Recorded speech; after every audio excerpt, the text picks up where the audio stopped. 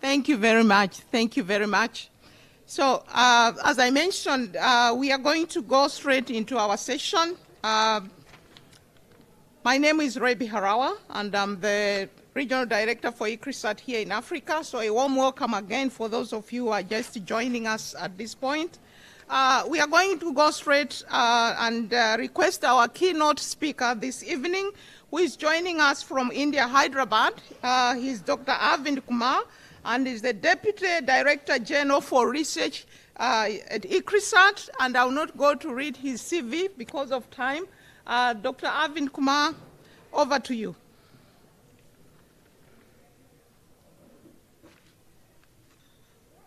Thank you. Thank you, Debbie. I hope you can hear me, you can see my slides. Can anybody confirm? Yes, we can see. We can see on the slides. We can also see. Yeah. Excellent. Go ahead. Yeah. Thank you. Good afternoon. Good evening, everybody. First of all, congratulations to ICRISAT, Smart Food, IMI, and FANRPAN for having this side event, Transforming Agri-Food System in the Drylands of Africa, and the side event at the 8th Africa Agri-Business and Science Week. Thank you, and also thanks to all of you, the organizers. To all of you, the organizers.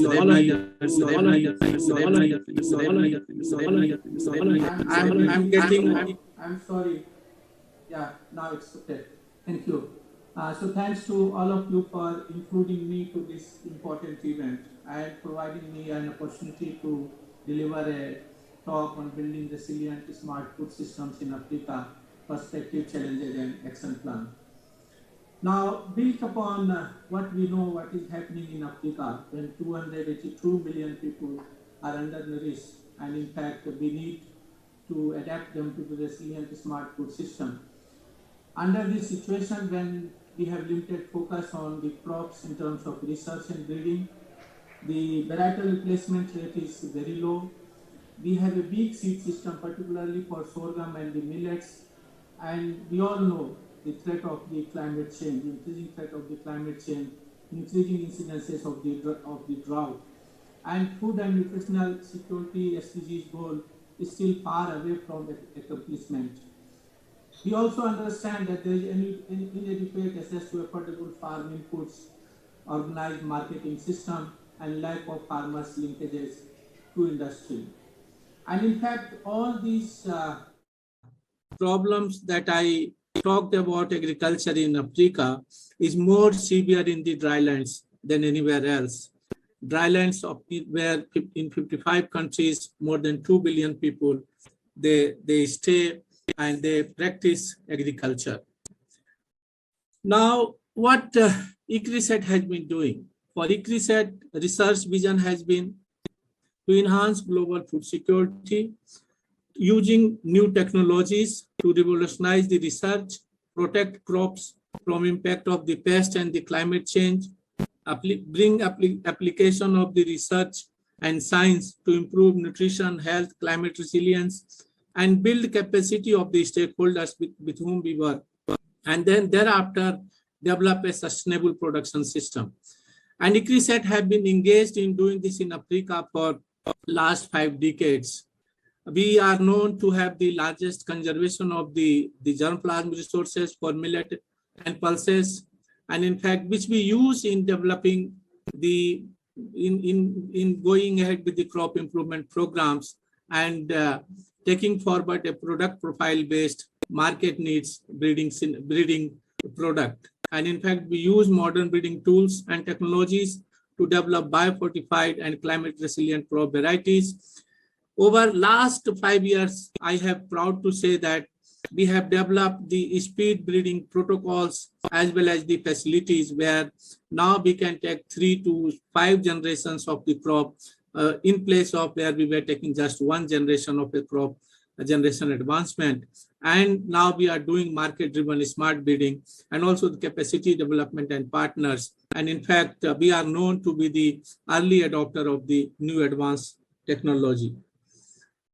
So one of the things that I struggled at ICRISAT has been desire that millet becomes as important food crop of every plate, as that of rice and wheat. And in fact, ICRISAT has initiated concentrated efforts to move towards that direction, that how we can improve the grain and cooking quality together with the nutritional quality and climate resilience of the millets. And in fact, we are engaged in development and introduction of the standardized scales for selection, development of the test for selection, and also mimics viscoelasticity properties of the wheat by understanding and modifying key millet components. And this is something that is very important if we really want to see millet in the plate of every farmer and every consumer. And then thereafter add these quality into our breeding program and use molecular tools to develop such varieties which is liked by each and every consumer. We have had some successes, and we have a long way to go, and we are proud of the successes that we have had in Africa. We developed the first sorghum and pearl millet hybrid. We run the sorghum and pearl millet hybrid parent research consortium in Africa, where we work with the number of partners, including the private sector together.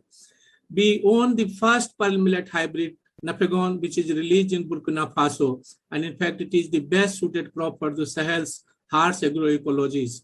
We also have credit to have the first chickpea and the finger millet varieties released in Malawi, first biofortified pearl millet variety in Niger, Chakti, which has gone to the nearby countries also, and also the hybrid of pearl millet and sorghum under testing for commercialization in several countries, including Zimbabwe, Sudan.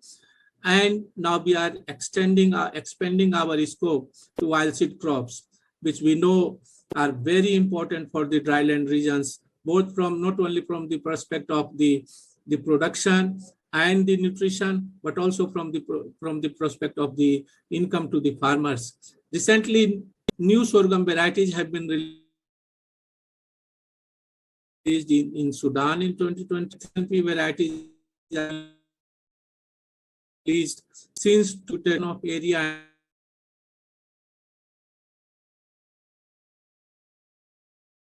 and production. Identified variety of the pearl millet, which was released in 2018 in Niger, good amount of seed. And in fact, the other countries also, for example, Senegal. The other example is that of the dual.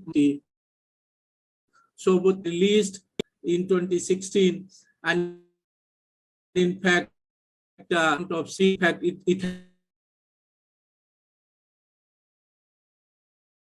has also, and in fact, there are many examples like this for the millets and for the sorghum. Example of our work on pigeon pea in the food system in Africa, where in fact we have the credit to develop the first hybrid variety of the pigeon pea, ICPH8. But then these hybrids, they yield at 40% or higher yield over the local varieties. But recently, ICRISAT has developed early duration pigeon pea varieties and hybrids. You can have 120, you can have 140 days pigeon pea variety. Production technology has increased by 4.6-fold in Malawi during the last 20 years, and is attributed by 2.3-fold increase in productivity and 2-fold increase in the. And pigeon pea success in Malawi has spread to Zambia, Mozambique, and also are gaining interest in Ethiopia, South Africa, and Zimbabwe. We do wish to bring similar impact and effect of the other crops on which we are working.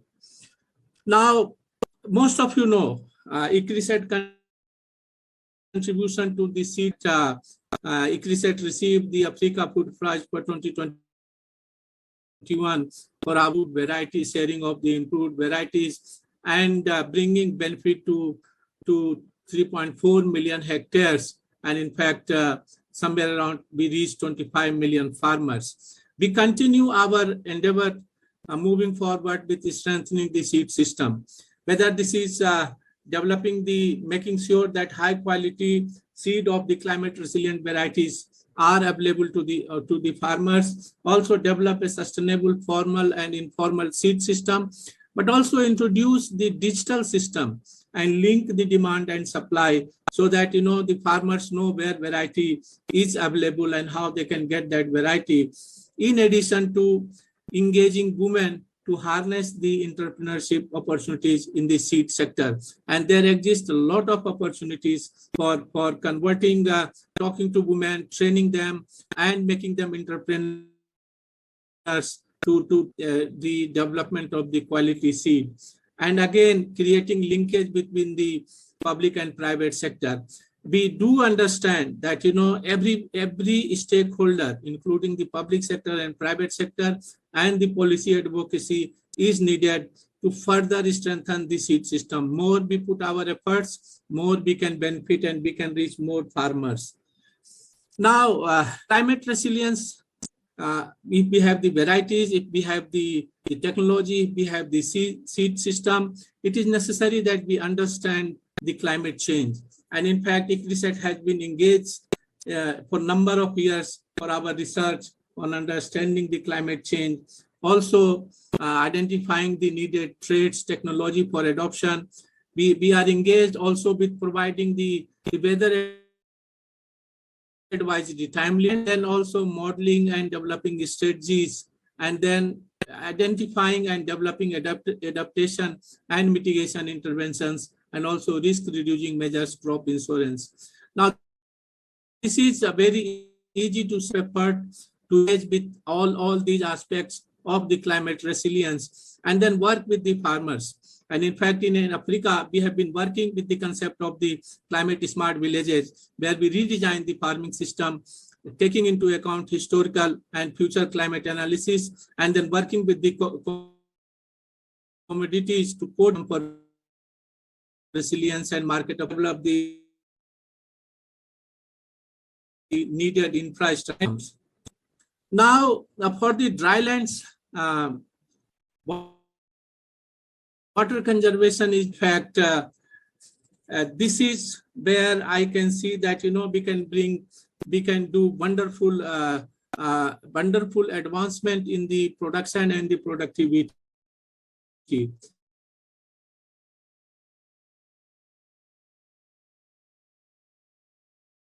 And what can use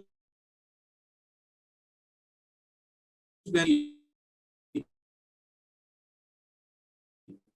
have demonstrated of India, but also certain parts of Africa. Of this we use smart structure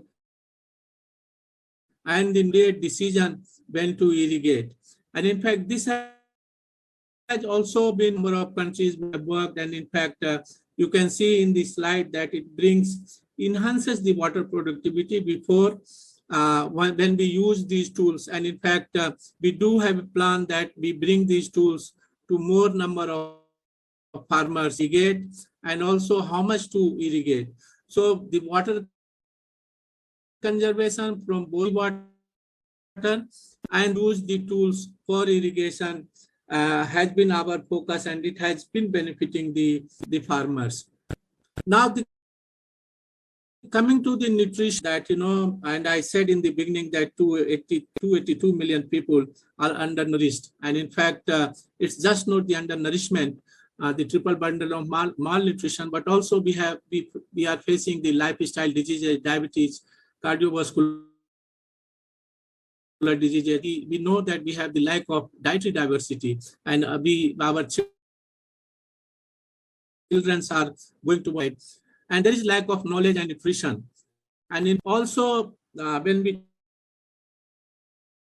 talk of that to masses, one of the aspects that came was the lack of processing technology and the infrastructure, and limited availability and affordability of nutritious food products.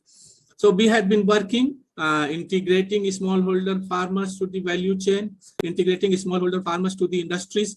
And in fact, we have been working at the community level. We have been working at the market level. We bring interventions to agriculture. We bring the food safety measures, educate people, And in fact, you can see the number of products which the farmers have developed working with us. And in fact, this is something not only increasing their increasing their access to nutritious diet, but also adding to the increase in the income. And in fact, ICRISAT has worked a lot with the FPOs and number of farmers, and have handholded them and converted them into entrepreneurs. We did some work in Africa, and we want to do more work in Africa, and this is going to be the focus area in time to come. Our efforts that how we can integrate more smallholder farmers with the value chain and also with the industries. Now, smart food, important component of the consortium where we work with the FANRPAN, APARI, CORAP, and also FARA, and in fact have been always motivating us to bring the smart food to the masses. And in fact, we work with the criteria that what is the smart food that is good for you, good for the planet, and good for the farmer. And we studies, we do number of dissemination measures, we talk to number of partners, and I do welcome you and I invite you to contribute to our efforts so that we really achieve this success of high plate of more and more people in Africa. Now, this is my last slide. I in the drylands, if we go by individual technologies, we will not have success. Dryland needs holistic solution. All these technologies moving forward together. And that is where at ICRISAT, we have our strength to work at the system level, to bring the different components which we, on basis of what are the drivers of change, climate change, natural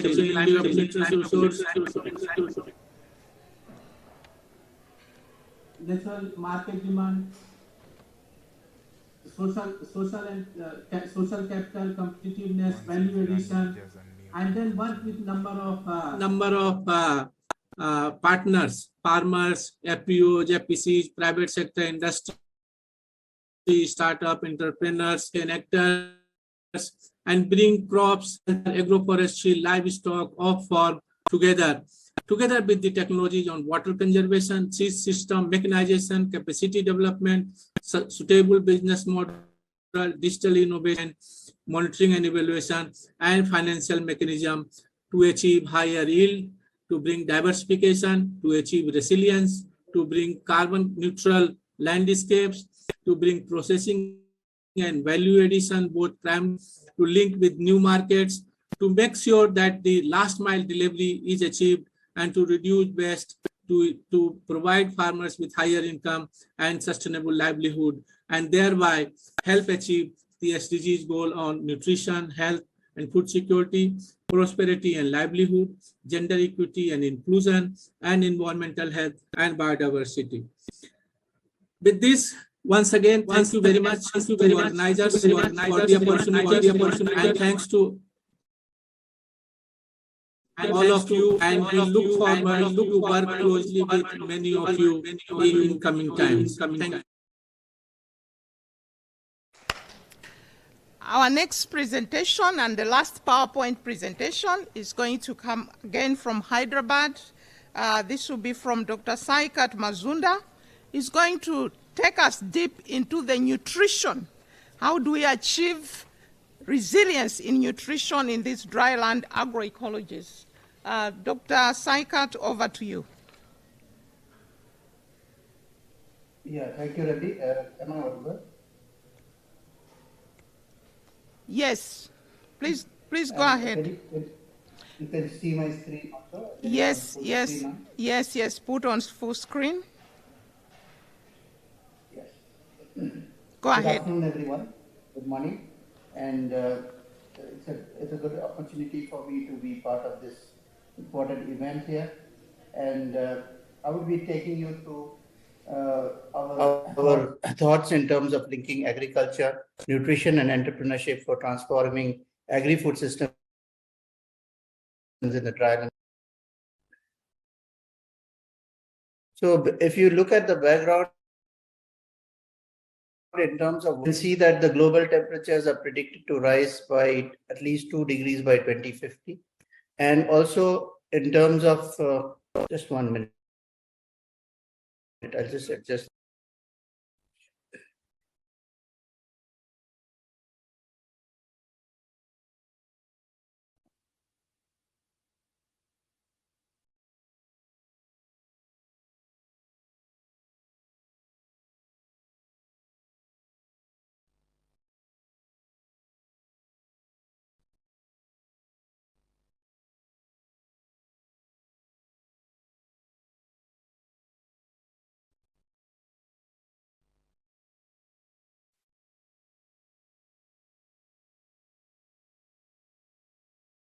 Yeah, so the global temperatures are set to rise, and also the global carbon dioxide. As you can see here, it is estimated that 10% of yield losses will happen to most of the crops, and along with that, the nutritional quality. At this moment, by 2050, it is predicted that there will be rise by 20% of children.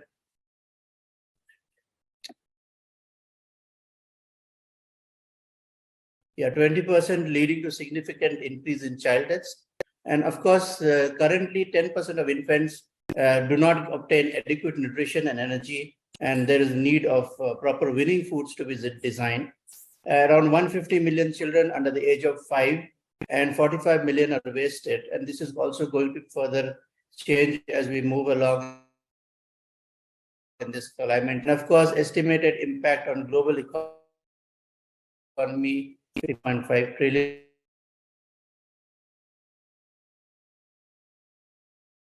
per year. So see this whole thing.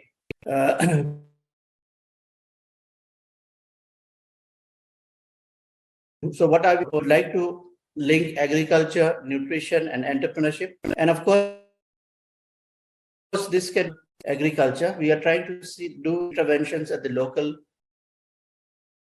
food, promote varieties with industry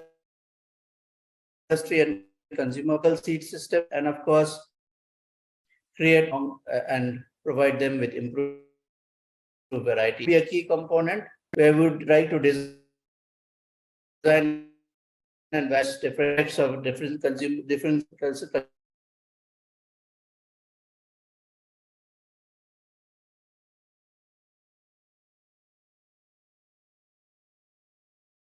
food processing in the communities. We have already demonstrated that in different parts of India, in rural communities. And by doing this, we are able to make accessible quality feed and graded food products to the household, and also supplementary food for feeding programs and lifestyle diseases. Thus, we would create demand pull for local crops, address health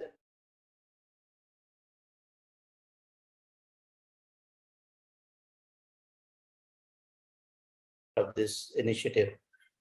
Smart food is, of course, is something which is a global initiative, as already explained by Dr. Arvind. And we would like to leverage on this smart food initiative and see how we could move further into the food systems and strengthening the food systems. Smart food, as you can see here, is what we want to do to further add value to the value chain itself. Some of the breeding on nutrition has already been highlighted, and we need to leverage on that. And this is a high iron and zinc variety and other sorghum and pearl millet and finger millet, which can be leveraged to actually promote smart nutrition. Smart food to smart nutrition, that is something which we need to understand. And for that, already ICRISAT has developed a number of evidences, especially for millets. And these evidences show that reducing millets are good for reducing iron deficient anemia. We are also working on addressing diabetes and managing the risk of reducing diabetes. It also promotes delaying gastric emptying and managing blood lipid profile, and of course promotes increase in calcium retention in humans. So overall, we would like to leverage this smart food to actually break the intergenerational cycle of malnutrition, which starts from the adolescent girl and goes up to the mother and the newborn. So by choosing the right combination of smart food for nutrition, we would be able to address the nutrition needs of children, adolescent girls, and women. And of course, we would also like to look at using smart food to address especially the issues in the first 1,000 days of a child, where it is very critical that they get the right balanced winning food. And then overall, we would like to leverage the nutrition and health benefits of smart food to achieve sustainable food and nutrition security across the different local food systems in Africa. Briefly, this is, if you look at this slide, it is very important that we understand that there are goodness in terms of amino acid profile, in terms of different amino acids which are present in, for example, pulses. Pulses are rich in sulfur-containing amino acids, and of course, chickpea and pigeon pea, they're high in lysine, and this tells us that we could actually complement each of them in terms of pulses and millets. And also, as you can see here, it is very important to know that the micronutrient profile of calcium in terms of calcium, which is higher than that of rice and wheat, maize, and also iron. So as you can see that millets and pulses can be used in complementation with each other for addressing different food requirements of different populations. So we would actually work together and develop winning foods to address malnutrition, geriatric foods, and address different lifestyle diseases. And of course, healthy snacking is something very important, which can be leveraged from the combination of millets and pulses. Coming to some of the products, the demand-driven products, which we have already developed.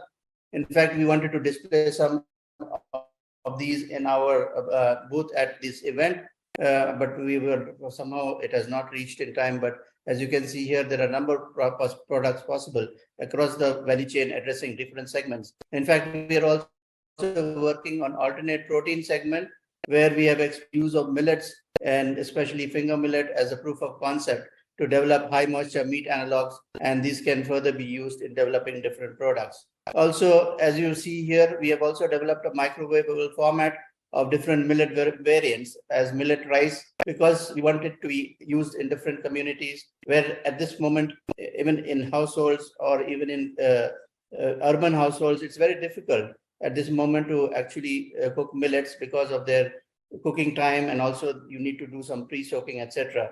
So in this regard, I think we are working towards having some microwavable formats which would actually mainstream millets into the plates both in rural and urban locations.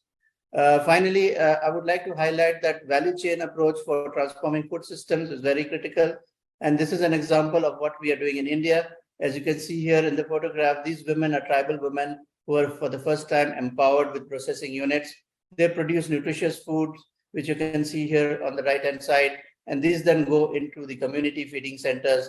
And of course, one most important aspect which we have been able to see and highlight is that it is not only ICRISAT and the tribal community, but the engagement of different stakeholders, especially the different ministries and other grassroots level departments of the government, including the marketing department of the tribal affairs, was critical in making this model successful. So as we move along, it is very important for us to understand how we could bring all stakeholders together and in a value chain approach, make a transformation in the food systems, which is nutri-sensitive. And finally, I would like to end my presentation by saying that it is agriculture, nutrition, and entrepreneurship. But then on top of that, it is very important to ensure that we empower the gender equity, and empowerment is very critical. And this also needs to be taken into consideration. So given the International Year of Millets, I think this is the right opportunity for us to actually start with millets and then move on to the other crops and ensure that how we could actually mainstream them into the food systems, especially in Africa, and ensure that we have created a system where agriculture, nutrition, and entrepreneurship is driving this effort towards sustainable food systems. Thank you so much.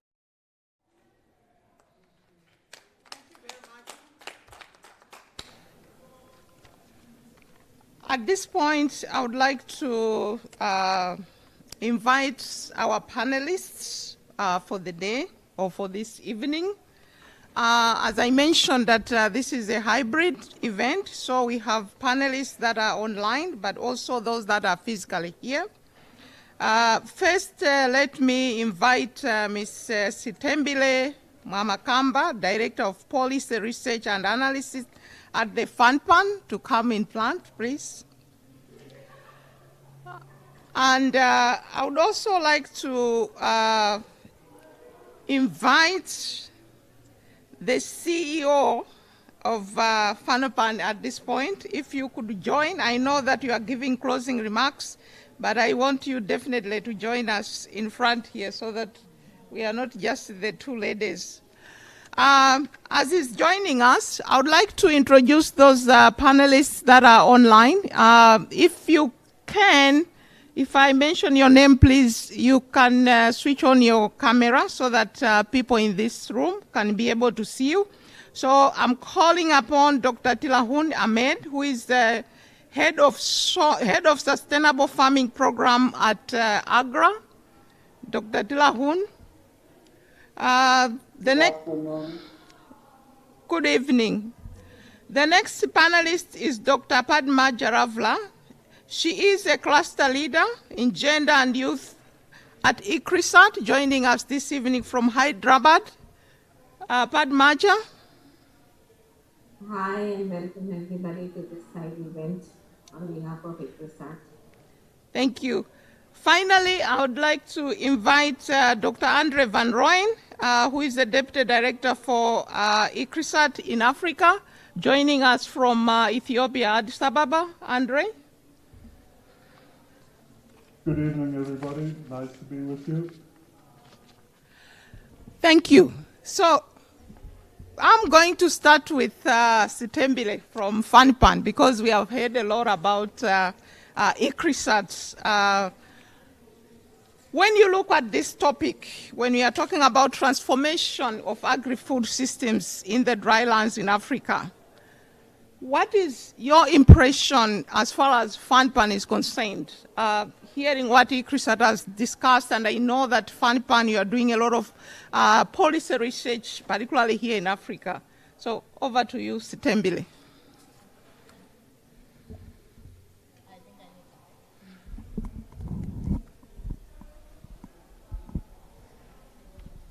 Thank you so much, and thank you for the presentations. I think one of the things that maybe stood out for me as I was listening to the presentations, but also thinking about the work that FANRPAN does, and especially because we're part of the Smart Food Initiative, I think our interest really is on what are the enablers for this transformation.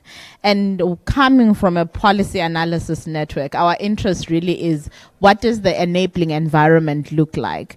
And so we have done work together with ICRISAT in Zimbabwe, Mozambique, and Tanzania, where we're looking at transforming smallholder irrigation schemes.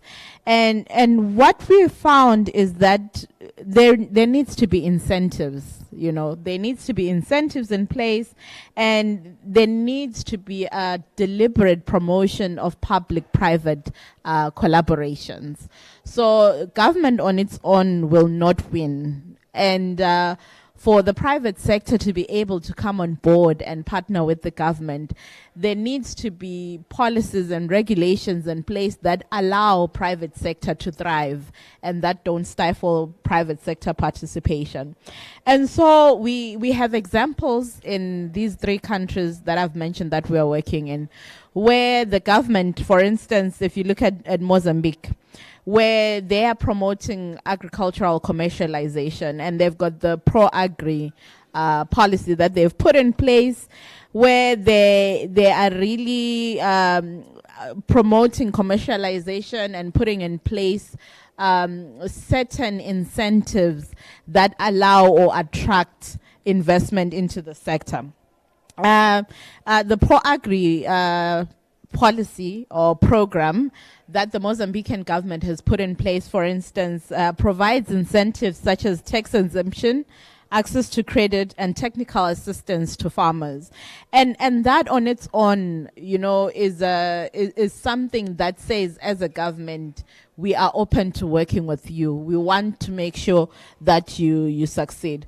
So really they are looking at, through that policy, they are looking at how they improve market access, how they improve value chain development, and also just making sure that the smallholder farmers have a sort of even footing when it comes to agricultural production, because we know that they already come from a sort of disadvantaged point because of the sort of land size that they have, or because they don't have enough access to financing and that sort of thing. Then in the case of Tanzania, for instance, another country where we are working on, we have seen the Tanzanian government's agricultural sector development program really going a long way to promoting private sector investment in agriculture. The program has provided tax incentives and has facilitated land access and tenure security, which I think is something that farmers appreciate, because once they know that, you know, they've got security, and as far as tenure is concerned, they can then develop the land and make sure that they put all their sort of investments into making sure that the land is productive.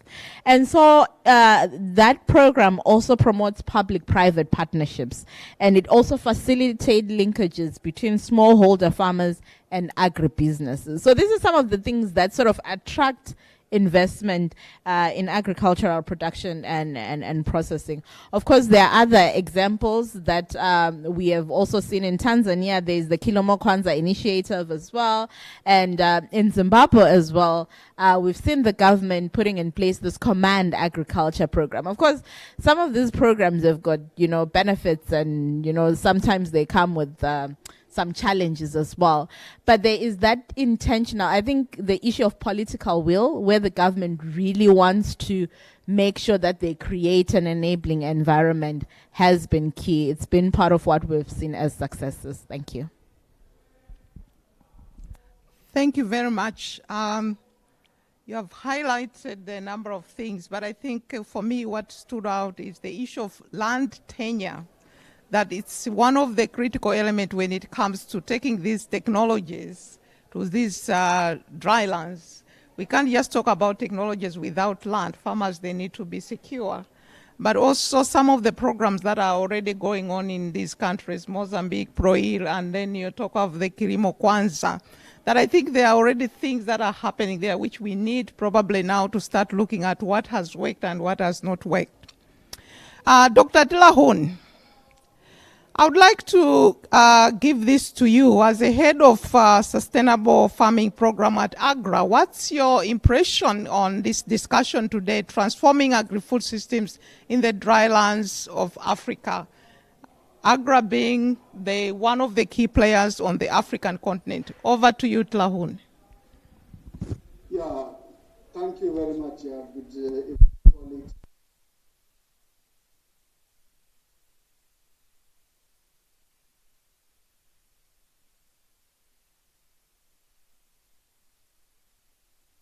It's about food security, it's about environmental degradation, it's about managing risks. So there are so many technologies and practices that have been developed by research institutions like ICRISAT, most of the CGR centers.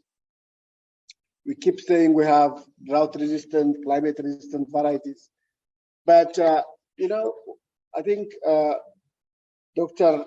Kumar said that, you know, it's easy to say farmers are either they are not accessing them, they don't have access to the technology practices, or, you know, even if they access them, they don't work because they are not context specific.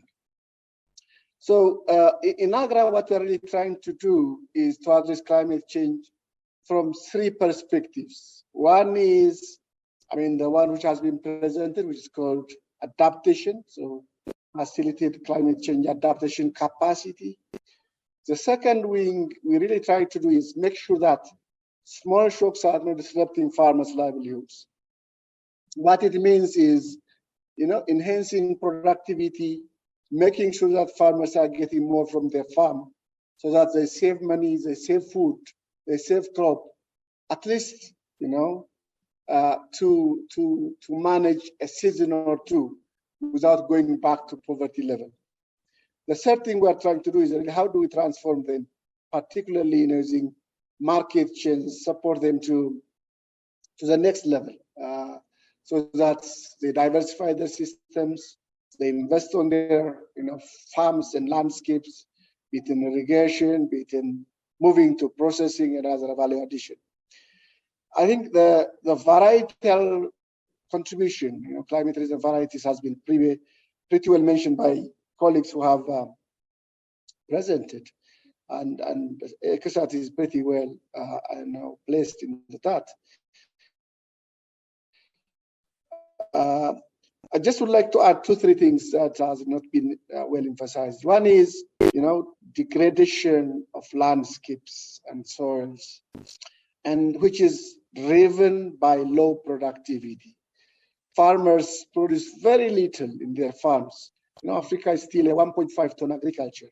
So with increasing population, farmers, just because they cannot produce enough in their farm, they keep opening up, wetlands, forest areas, protected areas, and thereby, exposing the whole landscape into droughts and externalities, extreme events. And what we're really trying to do is, one, making sure that farmers are accessing critical inputs.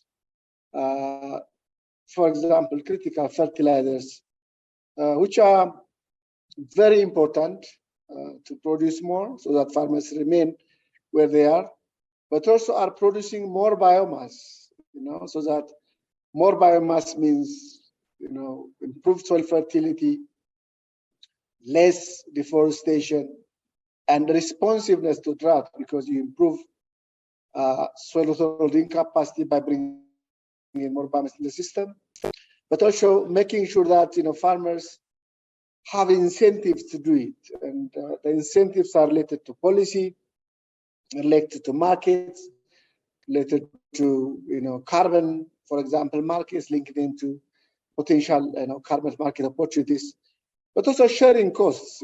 For example, in terms of watershed management, we have been doing, making sure that there is a public investment and a collective action that people come in to contribute and benefit jointly. And then water is really a key issue, as it was mentioned by Dr. Kumar. And most importantly, when we talk about water, people talk about irrigation, but in most of African countries, the surface water is very much limited. So how do we really capture the water, the rainwater, store the water, and efficiently utilizing it? So it's about, and then bringing in the right variety, the right management, along with really climate resilient seeds. I think this has been tested here and there with various successes. But what AGRA, I think, has been strongly investing on is, how do you make sure that all this is really reaching farmers? Farmers have access to it. One, really one thing which really we have been trying to do is getting a government by creating an institutional capacity that can support the extension system, but also making sure that we identify the policy barriers, the gaps that are really, discouraging the private sector to be engaged in climate resilient systems. For example, water infrastructure like water pumps or mechanization. But also making sure that, we are balancing between technical pushes, technologies, versus the social and the market dynamics surrounding the targeting and the drivers. So markets are really the major pull factors for people to adopt climate resilient soils. If you see the market response, for example, for drought-resistant crops like millets, like sorghum, it's much less, and the urban market is dictating what is produced in the villages. And so, how do we make sure that, like the type of I think, work that ICRISAT has done in terms of smart foods, making sure that, the consumers are aware of what's happening, but also that's supported by production productivity. And the other, I think, major thing we are trying to do in AGRA is having different delivery models for different target groups. Africa is very diverse. You have highland, high rainfall maize-based systems. You have a dryland maize-based systems. You have a very dry sorghum-based agropastoral systems. So the type of extension content that we bring into farmers, should be context specific. And just up to now, we used to get project-oriented content, which is not really responding to farmers' needs, but also is not used by extension agents to cascade down the information. Along with this, there is a very high extension to farmer ratio in Africa. In some countries, if you take Mozambique, for example, one extension is serving up to 10,000 farmers. Let alone serving them, they may not even know where they are. So how do we make sure that we minimize the farmer to extension ratio? And we in AGRA are trying to develop a private sector-led extension system. We call them village-based advisors. In Nigeria, they call them community-based advisors. These are like people in the villages who are dropouts, graduates who didn't have jobs, retirees, all success who really are in the village, have the capacity to support farmers, but have to have also the incentive to do it. So link them with businesses, even bring in a bit of startup money, give them the extension content, digitalize it, and make sure that farmers are getting on-time information. And in AGRA, we know that, and we are very much aware that we cannot do it alone. And there are so many institutions out there, from development perspective, CGIAR research system, universities, donors, all these have donors, all these have donors, all these have donors, all these have donors, all these have donors, all these have donors. So we create a functional partnership and leverage on each other's investments, so that we have more of a consortia model which analyzes the gap of the system, and everybody contributes based on the skills, the investment levels, and the type of priorities. That's really the type of approach we are following in AGRA. We have been employing a model called sustainable farming, which is really combining all these different productivity, climate management, environment and landscape restoration, along with, of course, gender and government support. Thank you. So I'm not going to summarize the points that you have ably, laid before us, but I think at this juncture, I would like to bring in the gender elements, because I've seen already that there's conversation that is taking place. I think you have mentioned a lot about smallholder farmers, and we know that for Africa, we are really talking about women, most women who are involved actually in the area of agriculture production. So at this point, I would like to call upon Padmaja. You are a gender and youth lead. I want to hear from you. What is the gender responsive food system? We are talking of transformation here. So what role can research play in promoting a gender responsive food systems transformation? And because you also deal with youth, I think given that most of the African population, we are now talking of 60% being youth. So automatically when we talk about gender, we also have to talk about youth. Over to you, Padmaja. Thank you, Ravi, and everybody can hear me. I can hear some echo, but I think now it is gone. So A good question. And as you can see in the chat box already, we are talking about how women are involved in this whole debate, or how women involved in the transformation process. Already there is some chat that is going on around this. Now, what do we mean by gender responsiveness in agri-food systems transformation? When we say gender responsiveness, so we've heard a lot about, these are the constraints of women, these are the roles women do, these are their activities, these are their responsibilities. We have the gender stereotypes and all that. So we have identified all of these so far now. We also identified what are the differences that, and also remember that men and women are not homogeneous groups. So there are differences, between a poor woman or a smallholder woman versus a woman who's got access to irrigation facilities in our farms. So you can see that these differences also exist. So how do the men and women experience different challenges is also different, right? And then a third point is we also talking about a lot about do no harm. So we say, like, when we are devising interventions or innovations, we also always ensure that, it does no harm to women. And when I say women, I talk about, yeah, women and men, the young, old, educated, literate, illiterate, different social groups, etc.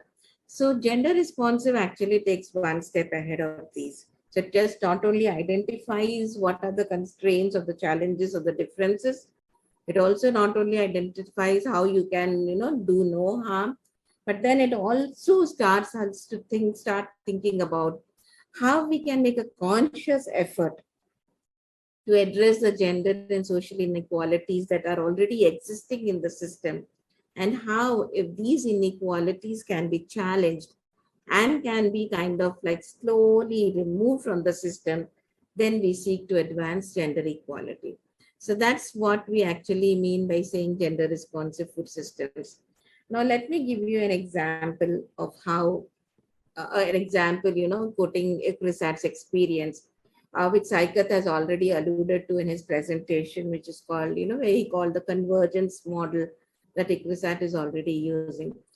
So what we have tried to do is, and everybody knows that millets are a women's crop, and given that this is the International Year of Millets, I want to take the example of millets here in explaining my point.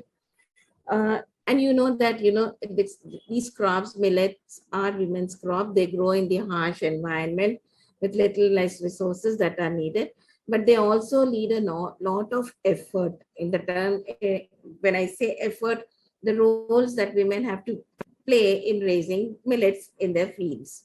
So that means it is quite labor intensive and quite burdensome for women. So how do we move beyond this? So we know that these crops, cultivating these crops, has a greater time on women's time, and then it is more burdensome. So how do we then think about how we can kind of like make an effort to remove this? Now, when mechanization is introduced, most of the time, then the activities are taken over by men, leaving women either unemployed, so they lose out of their livelihood opportunities, or the income doesn't come to women. So making a conscious effort is, in the first place, is to educate, engage both men, boys, women, and girls in this whole process of how mechanization, small scale mechanization, especially mechanization which could be used by women, will actually help not only improving their livelihoods through employment, but it also gives them opportunities to take them one step forward.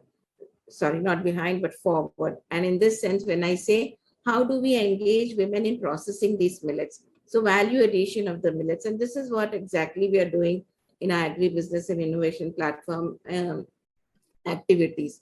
How can we make these women commercialize the millets through value addition and product development? And there comes in a major element of training. So the training goes to women, training goes to youth on how these products can actually be leading for improved nutrition in the first place, but also providing them with market linkages, so then it gets them more income into their pockets, which can be used for different outcomes. It could be better nutritional outcomes, better health outcomes. It could be also improving the asset base.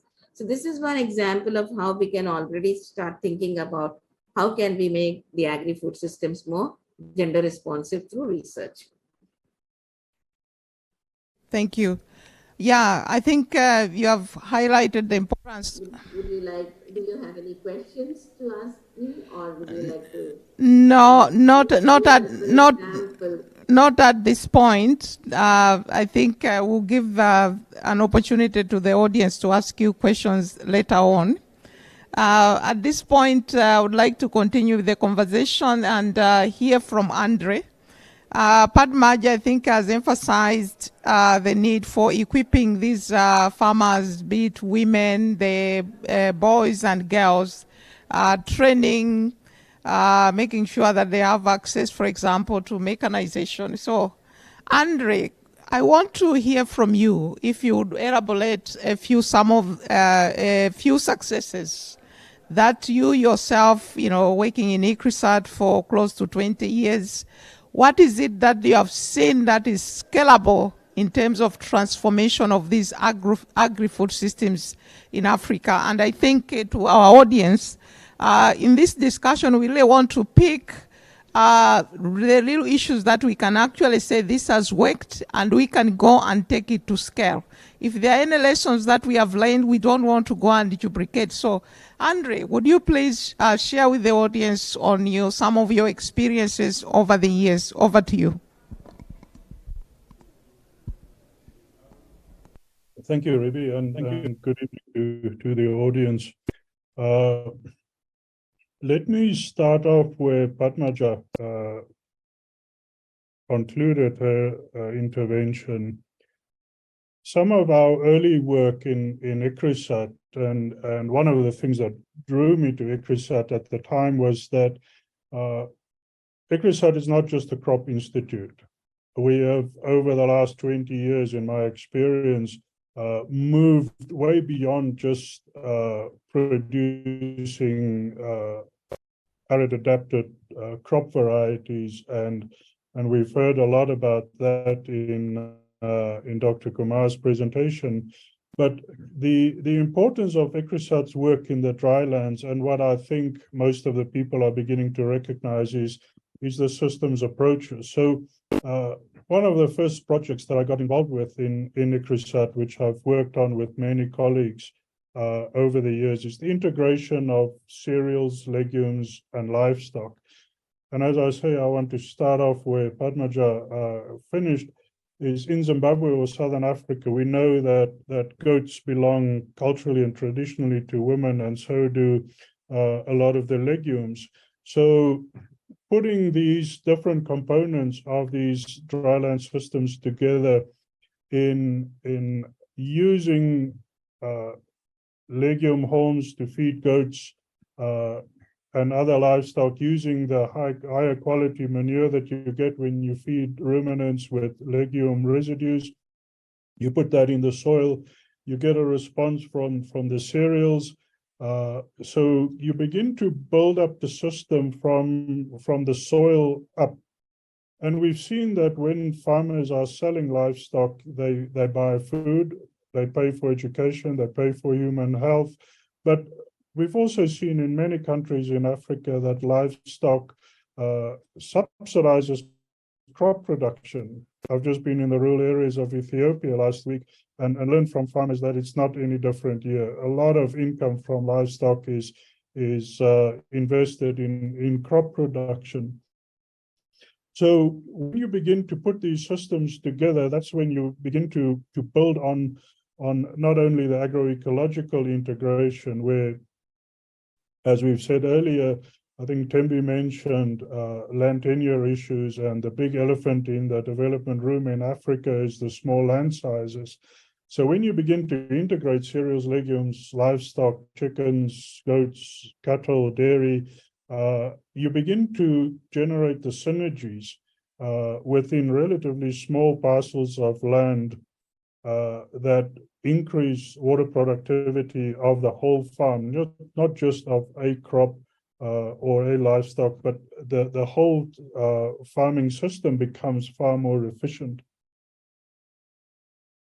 When you integrate and you develop the synergies, you also generate income opportunities. And we've seen in Zimbabwe and elsewhere that women farmers respond very well to markets, and they start selling their goats and improving nutrition of goats, so they get higher quality animals and they get higher prices for that, which means that they can begin to make a meaningful contribution to the household and local economies. And that is something that women farmers really take to heart, is when they can see their contribution not only to the household but also the economy. But the important thing for me personally is the impact on nutrition. When you begin to increase the productivity of legumes, of cereals, especially the nutrient-dense cereals that Saikat spoke about, but also the legumes and the all-important animal source food. We know that animal source food has got a tremendous help to the nutrition of women, especially during reproduction, but also the first 1,000 days of children. So the systems work in ICRISAT is where I think our strengths lie, in being able to illustrate at numerous levels that when you start working beyond just an individual crop or an individual entry point, you get massive improvements in the overall system.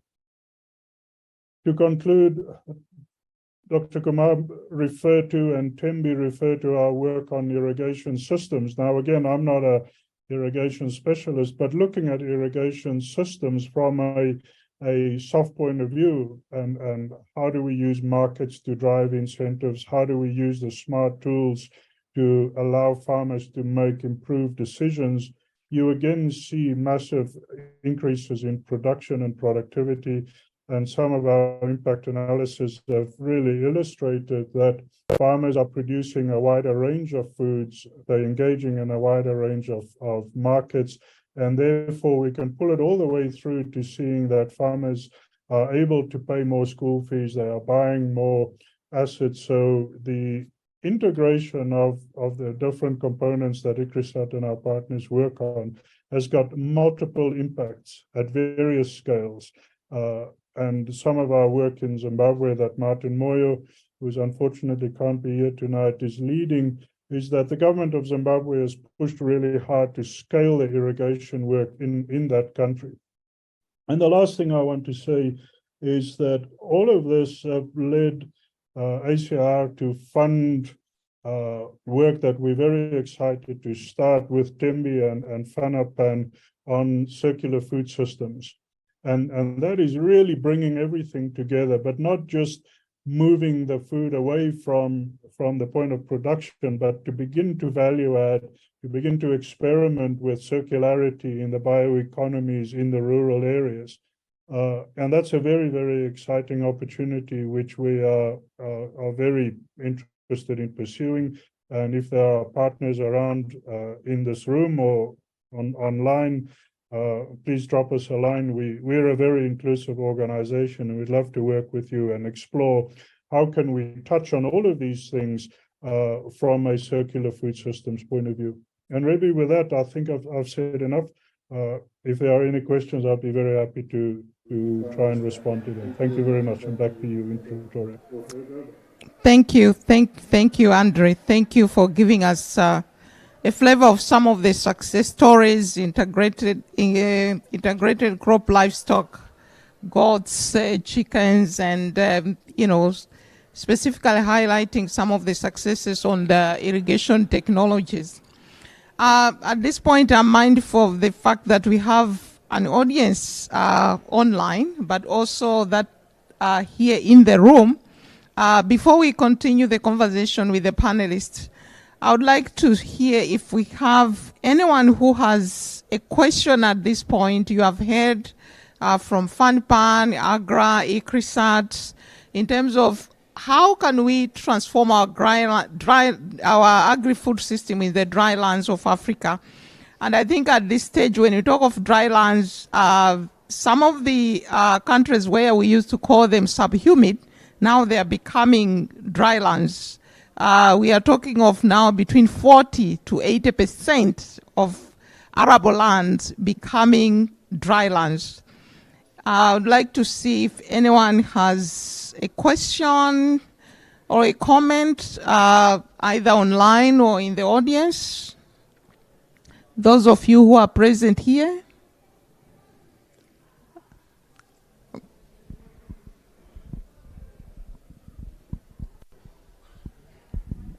Thank you so much. I'll direct the question almost to all the panelists, but basically to the ones who presented on millet, sorghum, and chicken pea, but basically, and also pigeon pea.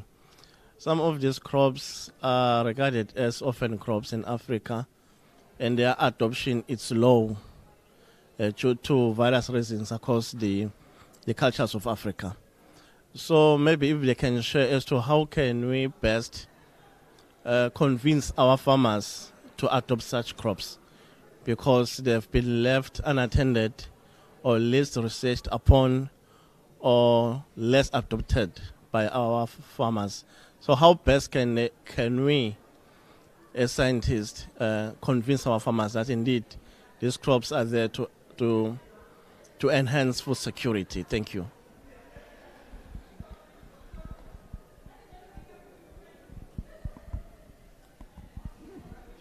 Hello, my name is Maimuna from Mali. I have a run seed company. I didn't hear, I was sleeping, I'm sorry, but we'll be talking about pearl millet. I know in Mali there is a big market for pearl millet, but the post-harvest process is very difficult, and the yield is not that. I'm wondering when the hybrid seed will be ready for Mali, and if there is some mechanization for the post-harvest process, because it's very difficult. Still in my country, they are pounding to process the grain. Yeah, so that's my question. Thank you. Thank you very much. Mine is not a question, but rather a contribution. When it comes to adoption, like the gentleman was just talking about, you know, it's not for the researchers to promote what they have come up with. There should be someone who links between the researcher and the consumer, where we need to promote these foods. You find in some parts of the country or in this continent, particularly I'm from Zimbabwe, you find there are some researchers, ICRISAT is one of them, who's coming with technology on these traditional crops, their production, improving the productivity, and now the extension staff and nutritionists, they come with food and feed fairs or shows where actually they add value on the produce. How are they adding value, the processing, and also preparing the foods, different types of foods or recipes using these produce. So people get a chance of testing the food which is prepared from these produce which is processed. So it is important, particularly for the young generations, to have a chance of testing and appreciating these foods. And I also leave it as a challenge to the parents of the children that when they are attending these shows, wherever they go, even in their homesteads, they must also promote these the foods coming from the small grains. Someone was saying neglected crops. And once there's an appreciation from the kids, you find that, you know, the growth of it adoption becomes very, very popular. And then on the post-harvest, let me call it as pre-harvest and harvesting and threshing, like the lady from Mali was talking about. You find in Zimbabwe, again, there's technology. ICRISAT at the station in Matopo, there's mechanized way. Okay, harvesting, you can still use sickles, or that's by hand, or you can put a mini combine. But taking the technology of harvesting by hand, you find people cut, but when they bring their produce, when it's dry enough, they can now put it through a machine to thresh it.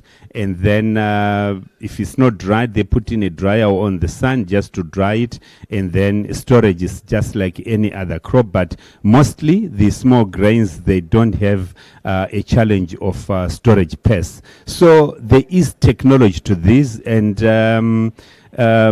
was the Andrew, the one from ICRISAT, the last presenter, you find that when he was referring to Zim, yes, definitely there is a lot of technology which is being used in Zimbabwe to improve the acceptability and adoption of these small grains. Thank you.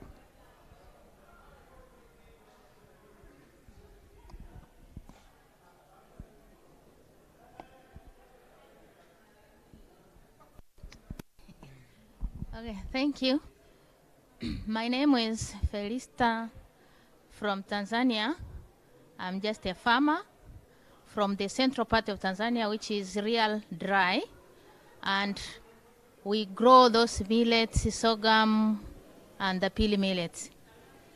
My concern is, as one of the presenter was talking about water, that how these institutions can help farmers, and mostly those who are growing those crops, to get water.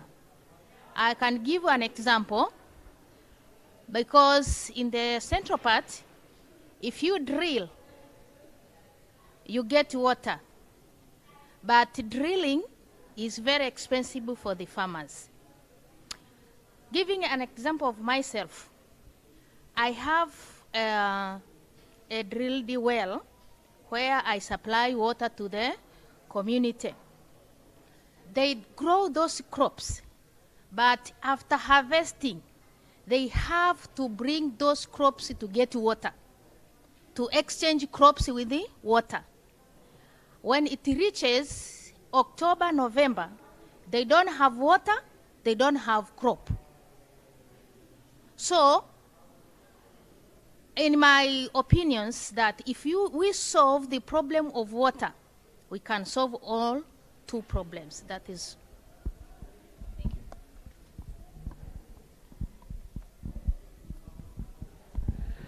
Thank you very much. You have had a lot of questions that have been said. The last question is from the farmer, who is she's actually in the trenches doing it, and it's about water. I think we have a private sector seed company from Mali. They are saying these varieties, where are they?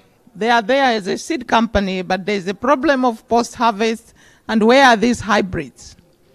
Then we heard somebody who says, but these millets you are mentioning, in Africa, they used to be there, and they are called traditional, and they are called orphans, and they are all kinds of names. In fact, we have been sitting here for the last 3 days, but there was no dish of millets. So why are we talking about them? And indeed, we know, we have seen the nutrition, we have seen the resilience, but where are they? What do we do? And of course, there was also a contribution on the comments on the kind of, learnings that we can actually use to promote, I think, some of the work that has been done in Zimbabwe with ICRISAT and other partners. So I would like to turn to my panelists at this point. And FANRPAN CEO, I'm going to put you on the spot, because I can see that when we are talking about the tradition foods and we are talking about water and all that, there's a lot of issues around policy. I know that you are supposed to give us closing remarks, but I can't help it but to say that with all this conversation we are having here, where is policy? Thank you so much for putting me on the spot, and I accept the challenge. In terms of attending to your question, there are challenges at national level and there are challenges at regional level. When we talk about policies, there are those that emanate from government at national. However, intent or statement of intent is there, but where is the investment to deal with these nexus issues? We can attend to water only, we can attend to agriculture only, but in terms of bringing it together within a country, the national investment plan needs to attend to these issues comprehensively. Going now to continental approach, the frameworks that are guiding us in terms of making sure that we are attending to the issue of transformation in a holistic manner. We need to make sure that at country level, there is harmonization and there's domestication. Thank you. Thank you. Let me turn to Tilahun. I think you have heard about water, you have heard about the, our varieties, and I know that Agra, you are dealing with downstream delivery of these technologies. Tell us, what can we do? Yeah, sure. Thank you very much, Reddy. My background is a bit noisy and I'm in a hotel. How do we convince farmers? I think it's a $1 million question. It's not about convincing farmers. Farmers are convinced, but they don't have the incentives to grow those crops for 3 reasons. One is, most of African farmers are producing what they eat. So the food habit is dictating really what is produced. In case markets are not functional, farmers, rely on those crops for their household nutrition. So do we really have that food habit considered, but also making sure that if not, then how do we make sure that we help farmers to diversify, households to diversify their food systems, their food habits, including the home economics component of it. The second disincentive of these crops is, in most cases, are low yielding compared to the other crops. Compare it with a root crop, compare it with maize. They are, in most cases, are producing 50%, 60% of what you can get from those crops, with a similar type of input. So how do we increase productivity and enhance what we call input use efficiency, fertilizer use efficiency, labor use efficiency, so that farmers are compensated, even if the market is attractive, unless they produce enough per unit of land, those crops will remain to be whatever, minor crops. The third issue is then, of course, the pull factor, which is a market factor. So unless there's a reliable market, and that reliable market has multiple, components. One is really, the linkages market, it's the infrastructure, having the agro dealers, distancing into agro dealers, and then of course, the processing, the value addition, all that comes into market. So that component is also a disincentive for now, for farmers. Also some, people are in Europe appreciate millets, appreciate crops like teff in my country. But the local appreciation for those, crops like sorghum, millets, still very much limited, and the market is not yet responsive. On the water issue, there are 2 challenges. One is, probably 3. One is, having the water. Madam from Tanzania mentioned about shallow wells. So really having that finance, access to finance to get those drills, the banks are not responding. There's very limited opportunity for finance. Then once you have the drills, and you need a water lifting facility, which should be maintained, and then you have the efficiency. Once it reaches the field, how do you make sure that that water is efficiently utilized?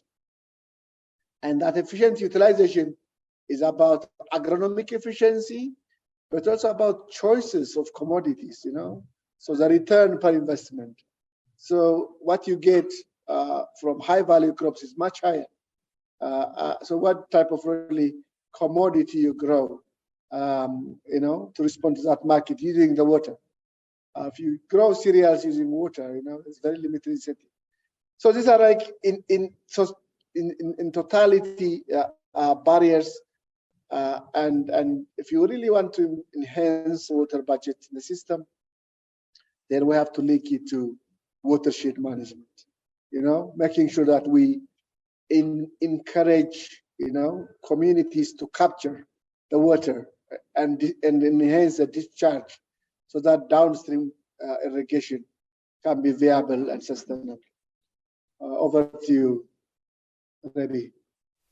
Thank you, Dlahun. Thank you, Saikat, the issue of traditional food, you have heard about it, and I think you mentioned something about this year is the International Year of Millets, and I think this was declared by the UN, I think with the very fact that these are foods that we know they are loaded with nutrients, they are resilient, but somehow we don't see them served. What can we do? And how will this International Year of Millet actually help to bring these foods to the fore? Yeah, thank you, Ravi. I think that's a very relevant question. We all know that they are nutritious.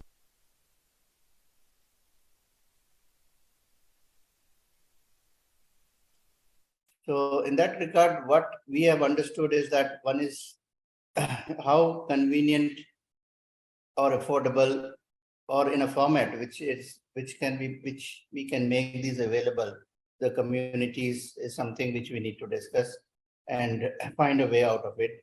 Right now, in some of the programs which I'm undertaking in India, millet was never part of the community feeding program in the past.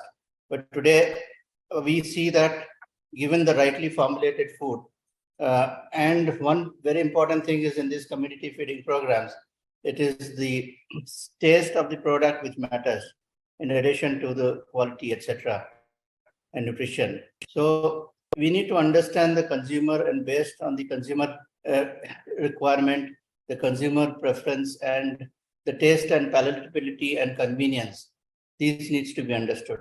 On another front, we also need to look at the policy support which the government needs to drive actually to ensure that these crops have certain demand in the private sector, because the private sector is going to lead this revolution of millets, especially in the International Year of Millets. The private sector needs to drive this. And we have seen in India that there are certain incentives provided to the private sector if they start using millets. So similar policies should also be looked into across Africa, maybe flour blending, and deciding that if one of the companies or the companies use a certain level of flour, they get certain millet-based flour, they get certain incentive. So I think these are some of the things which we need to look into, and look at the consumer and what the consumer wants is very important. And getting the private sector to create the demand pull, and also having certain elements of, say, contract farming with some of the private sector, so that the farmer gets confidence to grow these crops. Because right now, I think there is no assurance that the farmer's produce will be bought. So they might move into some other crops. So I think these are some of the things which we need to look into. Yeah, I think, hope that answers the question. Yeah, thank you. Dr. Arvind Kumar, I want to take this question around how do we make these hybrid fast to get to where they are needed. We have a seed company from Mali, and they are saying, yes, we have the varieties, but how fast can we get them? And I know that within the research program, there is a lot of effort of making this seed system function, even where we have hybrids. Over to you.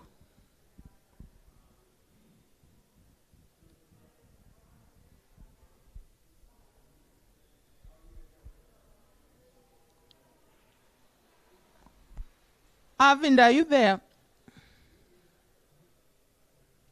Okay, I'll skip that. Let me go to Andre. Andre, help me if you can be able to answer that, but also bringing, again, some light on what should we do with water. We have heard from Agra perspective. You have highlighted some of the smart irrigation technologies, but what else can we do to make sure that we can be able to grow these crops under these circumstances where we are increasingly find a lot of water stress? Yeah, Andre.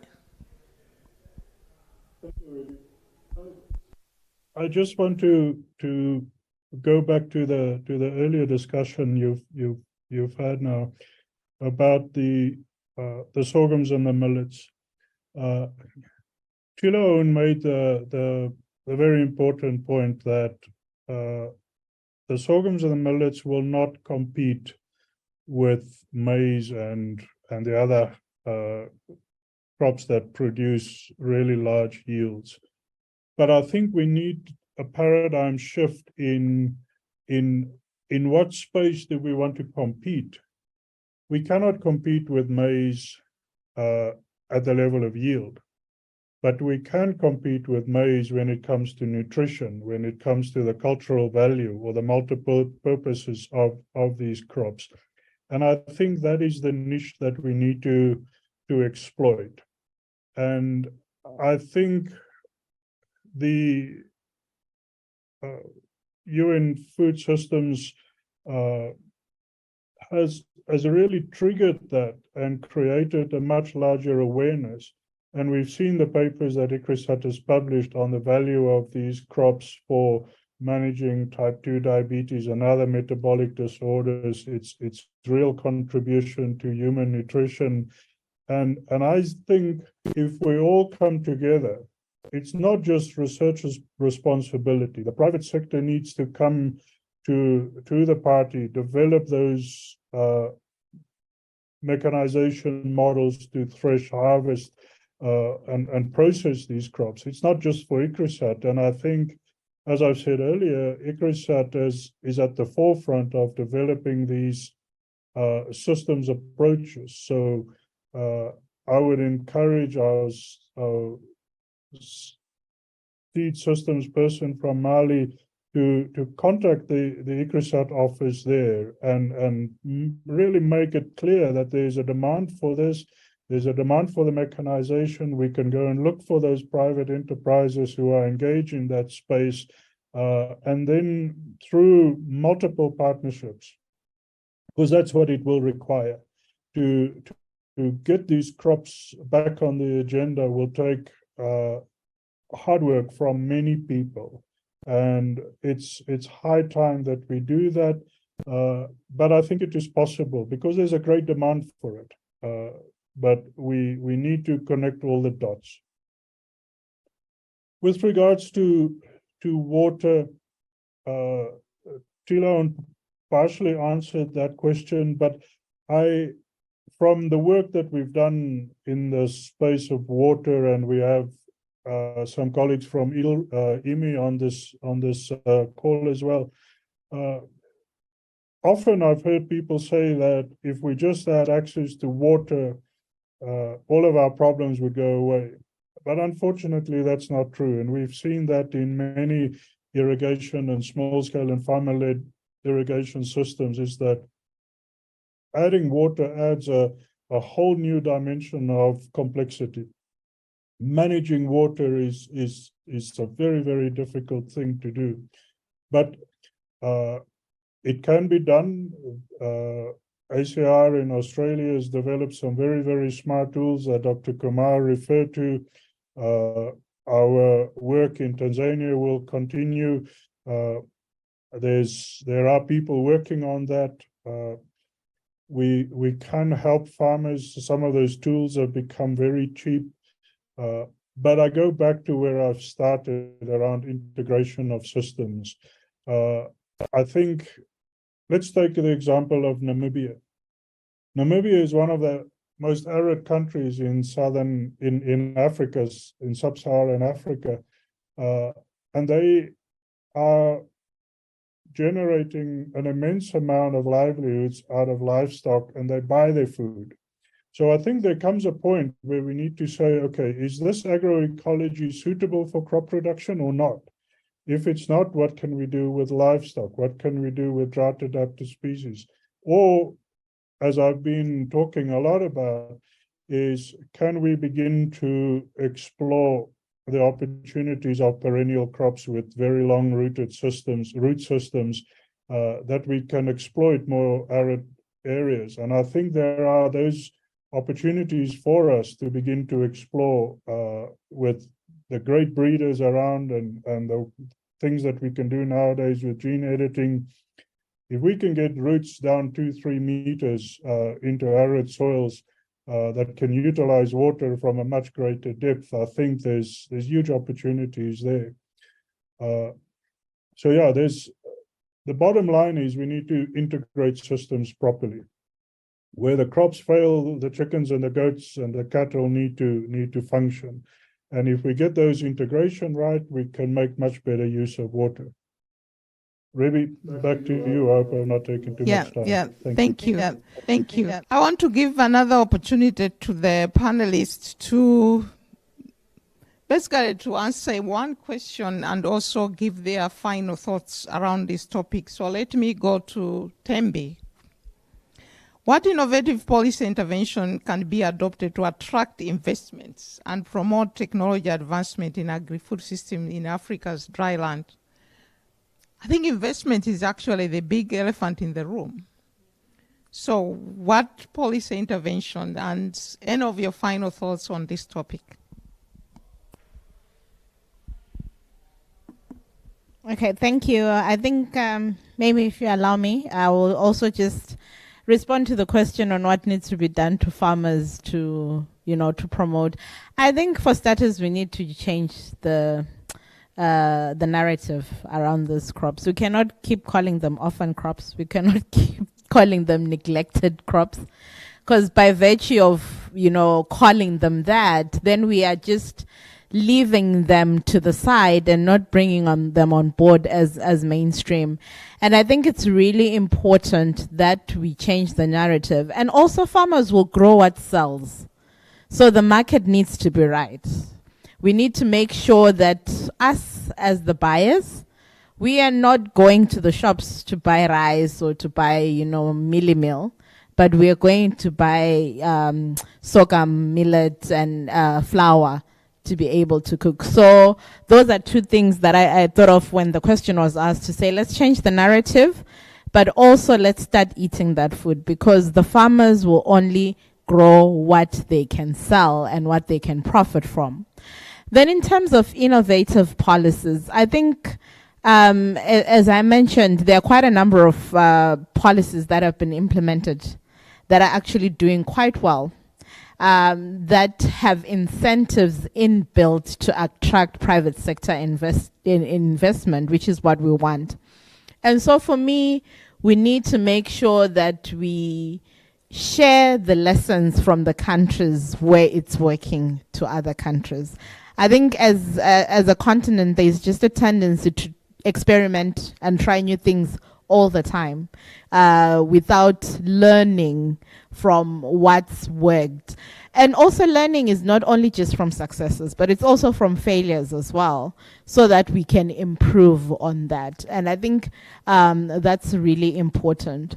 I think something I've heard during these last 2 days is the fact that when it comes to policymakers, they want to know what's in it for you.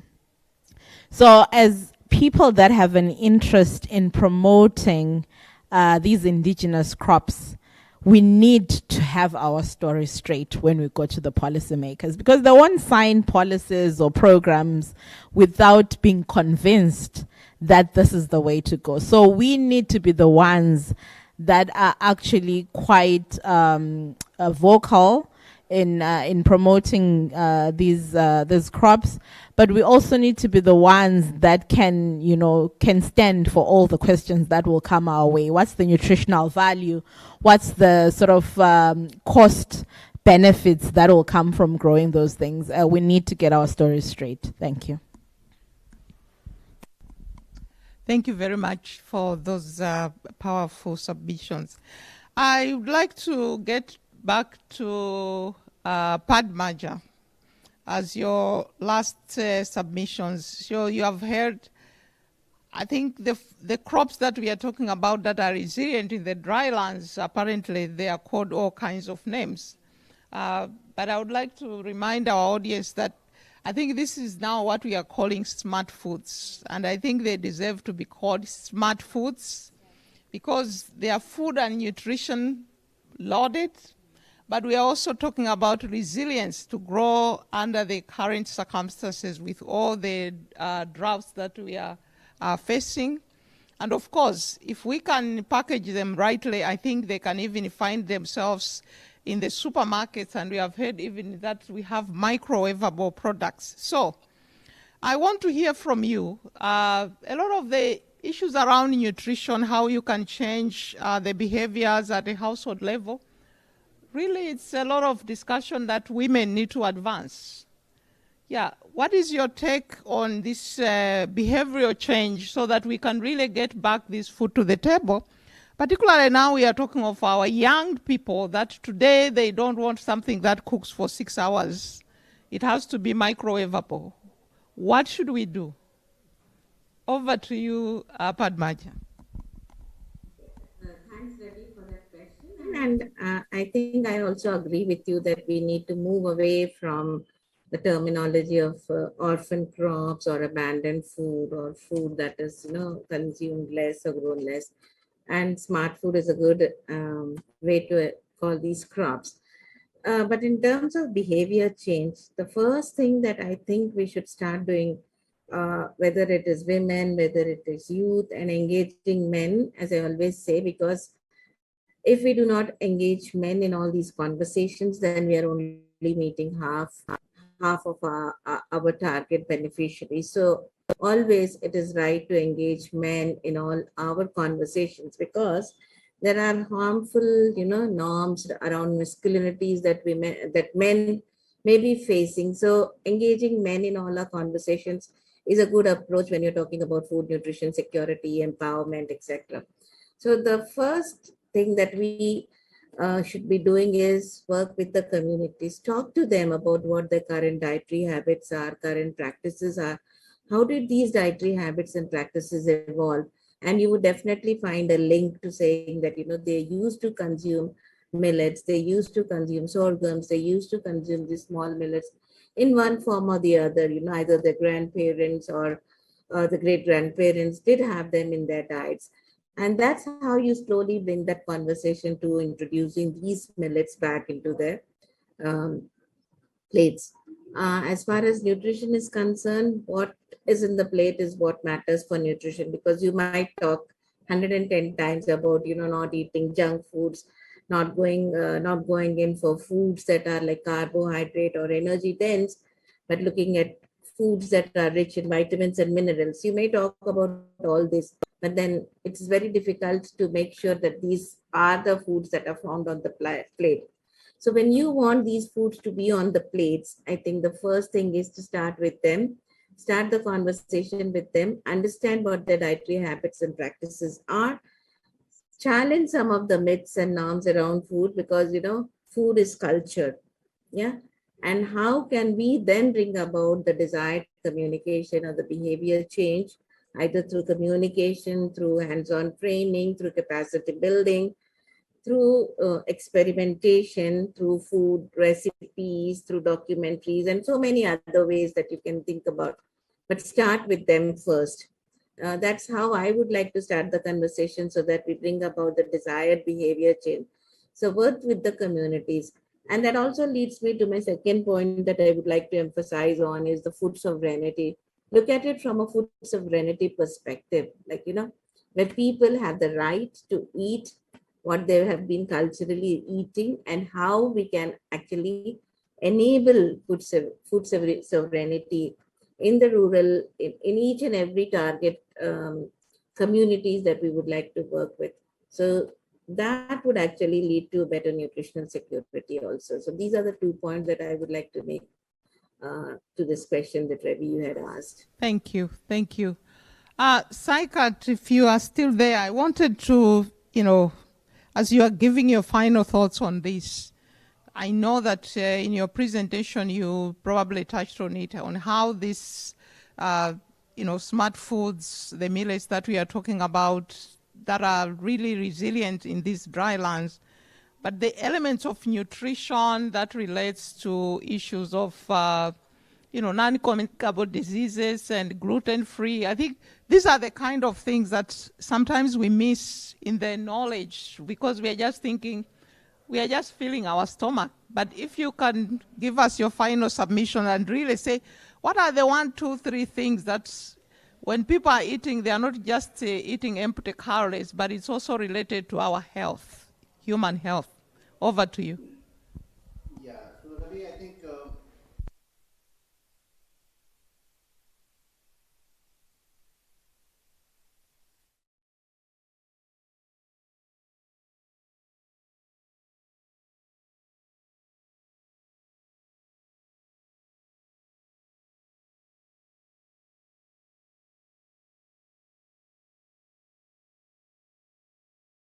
communicated to the masses in some format which the masses understand. So it could be in the form of cartoons, it could be in the form of stories, or some communication which is beyond just science, which we scientists are used to talking. So that sort of communication needs to be created, and which we are already doing now. And I think that's something which we need to understand. In terms of validation and other things, the entire scientific community is working, and especially with the International Year of Millets, there will be a lot more evidences and publications which will come through. But I think most important is to communicate those in a form that the common masses understand, and that will create the demand pull automatically as they realize that these are good for them. So good for you, good for the planet, and good for the farmer. And of course, we need to also ensure that we make these products palatable and tasty.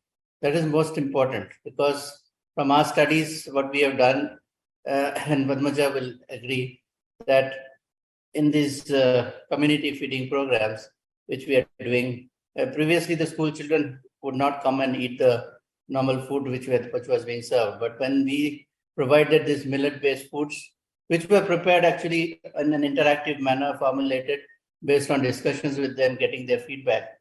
And we realized that within 3 months of the project, these kids were actually regularly coming to the community feeding centers because they found the food tasty. So that's something which we need to look into, along with mainstreaming or taking advantage of the nutritional benefits of these crops. Yeah, over to you. Thank you. Thank you. So I see 2 hands. One is the audience, and there's also Padmaja. Can we give a chance to the person on the audience before we come to Padmaja?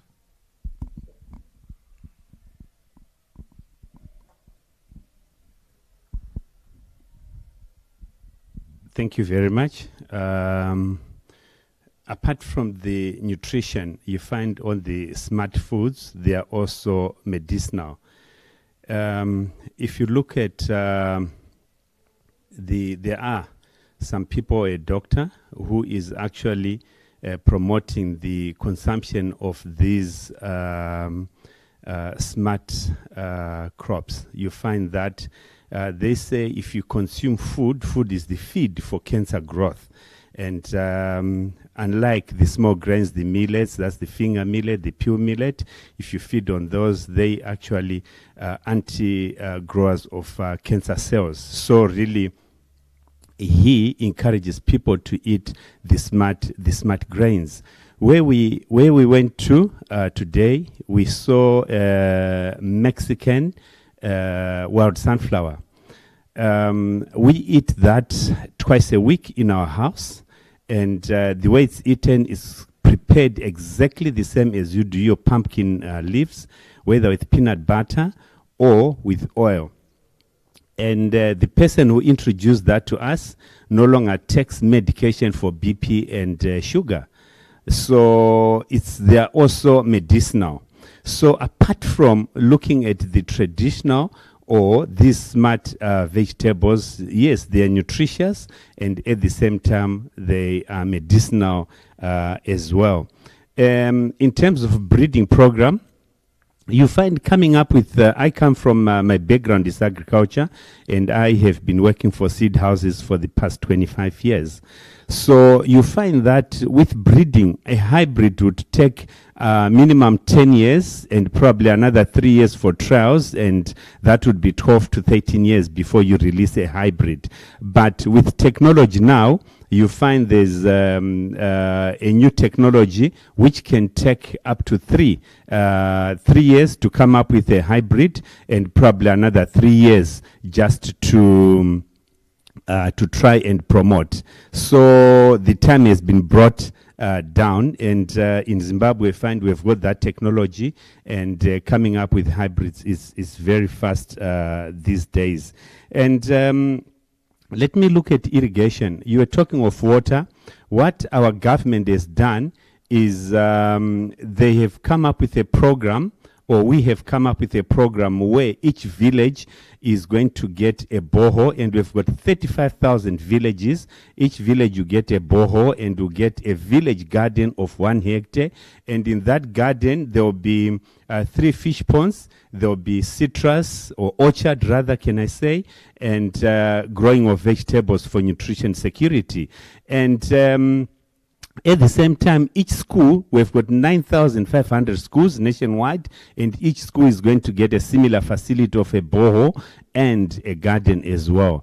And the drilling of boreholes in Zimbabwe has become cheaper. It's about 800 US to 900 US, where you can, that's minimum 42 meters, where you can drill a borehole. And as a community, you can just put hands together, and maybe the 5-10 of you drill one borehole, which you can share as a community. So yes, we are not yet there, but as a country, we are getting there, where we have realized water is very important. And finally, I want to say, the millets, I'm not disputing the point that they can't reach the yield of maize. At ICRISAT, at 1 year, I've been 25 years in the industry. There's 1 year millet have yielded 11 tons per hectare, while its maize was 7 tons. So it surpassed the production or the yield of maize.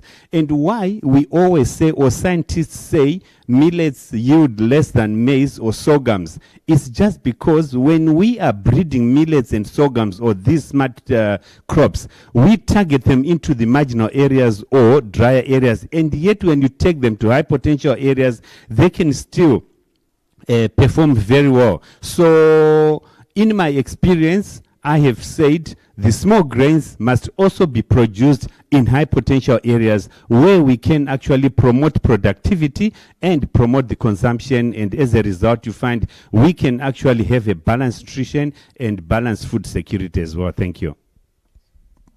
Thank you very much. So I have to balance the time here. We are 3 minutes to the end. Padmaja, if you could do your intervention in 30 seconds, then I'm going to give another 30 seconds to Andre. Over to you, Padmaja. So my simple message which I wanted to add to what Saikat had said was, like, you try to understand what the myths are about food. Like when you're introducing millets into the feeding programs, etc., we had this large conversations, many conversations with kids and with women on what they were eating, and then what are some of the myths. around food and we try to break those myths, that also helps in improving the consumption of millets. That was the only point that I wanted to add. Andre.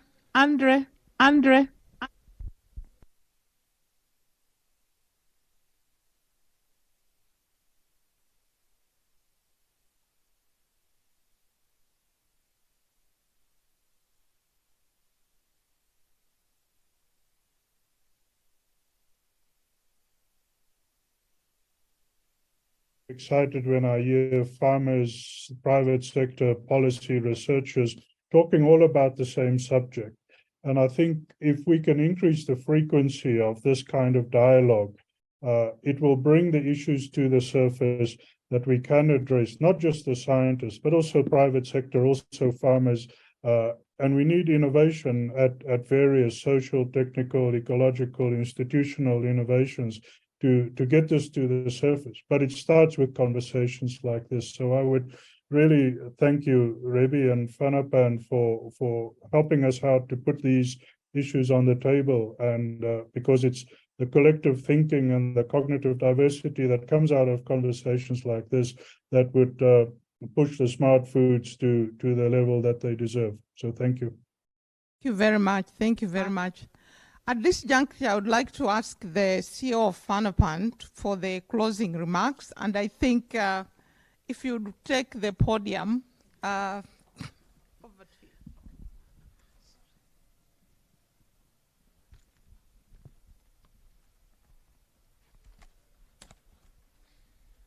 Thank you so much, Program Director. Let me try to have this one sorted out. So, colleagues, so that you stay with us till the end, let me front load my gratitude for you staying with us till this late, for those who are present here, and also acknowledge those who have attended virtually. When I counted, we picked, for those who are attending here, at plus or minus 30 participants. Virtually, we picked at around 25. We really, really appreciate your time.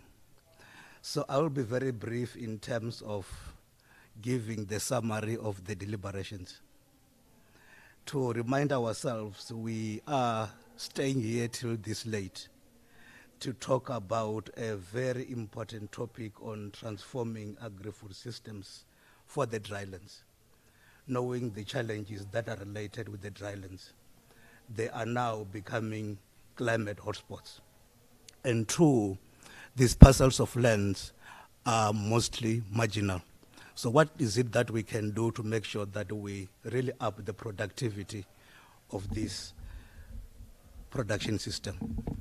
I will summarize my takeaways in two categories. The first category, I will focus on what came out in terms of the what with regard to focus areas. They are tailored solutions that were suggested. And for me, the main two words that came out with regard to the what. First one is about smart. The second one is being sensitive. We are being smart and sensitive to what? 6 things. We are talking about being climate smart. Number 2, we are talking about food system productions which are smart. Thirdly, we are talking about this delivering on a nutrition sensitive production system. Number 4, we are also saying that we are also seeking to deliver on a production system which is healthy sensitive. And 6 and last, we are making sure that we are gender sensitive. What lacked in terms of our deliberation, the element of us, number 7, as being youth sensitive. So to reiterate, we are being smart and being responsive to make sure that we are delivering impact at a wider and deeper scale. In terms of the opportunities, I was very much glad to see that we are moving away from talking about farm value chain to landscape value chain, to make sure that we are attending to providing solutions not only on farm, but from farm to fork or to the table. And I've highlighted few things that we are trying to tease out here. Making sure that we are having capable seed systems in terms of making sure that the varieties that we're talking about are available and accessible. The other thing we are saying that we need to make sure that the production systems that we are supporting through our research evidence are contributing to enhanced production in terms of effectiveness and making sure that we are attending to efficiency and that they are sustainable. The other issue that we need to also think through, which also came from the discussion, we should not talk about intervention to the farm gate. What is it that we need to focus on when we go to talk about post-harvest stages of the value chain? We spoke about processing, we spoke about value addition, but more so in terms of value addition, we are talking about alternative products that are palatable and that are attractive to the young generation. The other thing that need to be at the center of things is that we need to have the market for the products or the produce that we're talking about. The other thing that interested me, which I think is very important, is that we are also focusing on how these products that are produced are being utilized at household, in terms of how the food is preparation, how the women are starting to get engaged in terms of handling of food, issues of food safety, then we're attended to. But what is more important, we are not only about producing and eating a household. This is also about making sure that these enterprises are earning income. So issues of agro-entrepreneurship, they're coming through, but what we need to do or think through is what is it that we can do to build capacities and capabilities of SMMEs. The other issue that Andre brought to the center of the debate is that we are now talking about producing food, but depending on the paper or the document that you're reading, between 30 and 50% of that food is lost.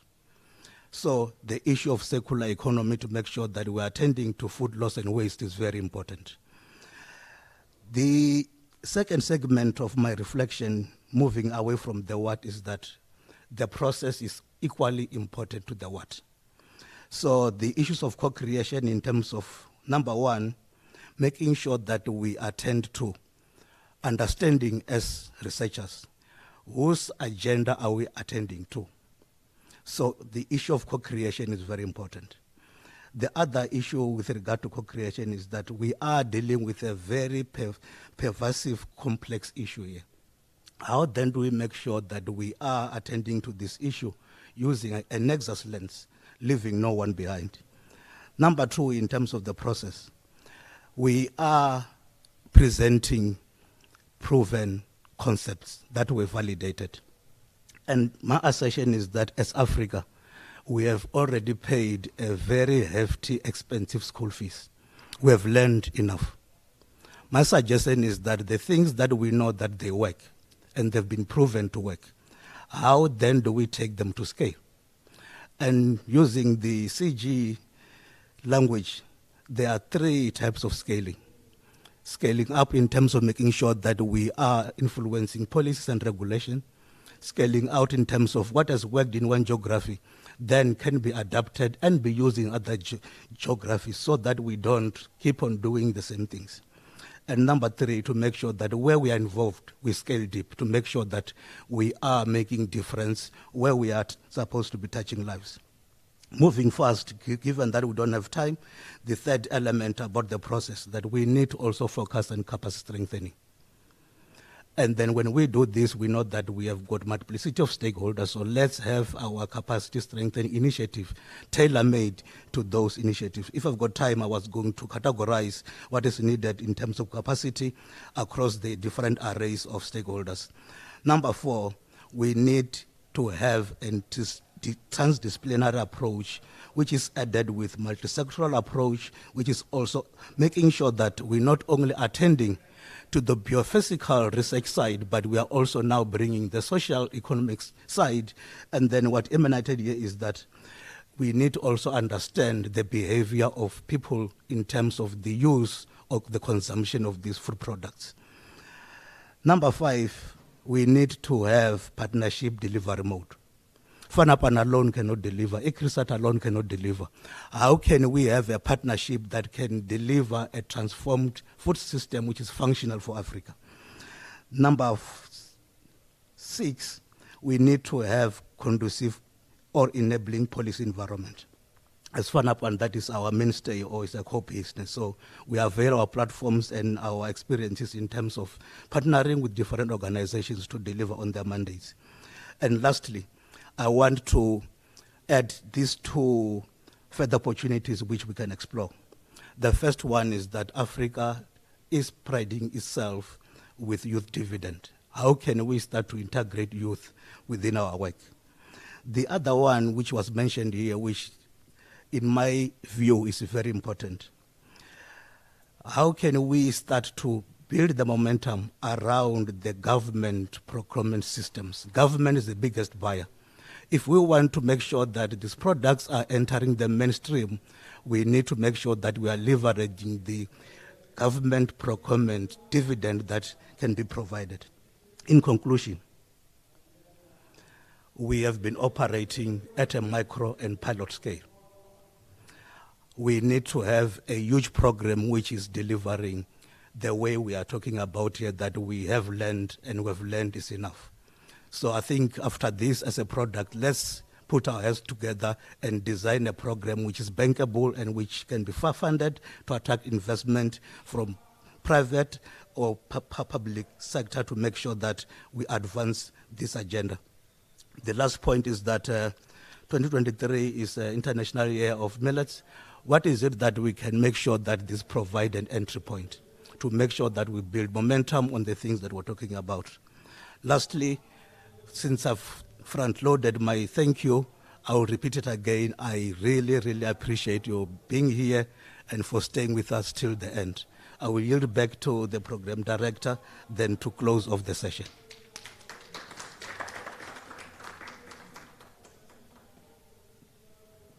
Thank you, Dr. Tselis, with those very loaded closing remarks.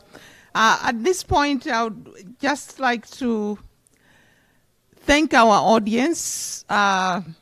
Indeed, we were not thinking that this is to 7, it's very dark here, there will be anyone here. So we need to clap hands for ourselves.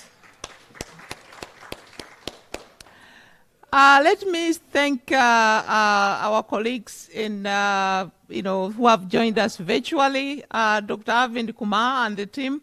They are joining from Hyderabad, and this is, I think it's now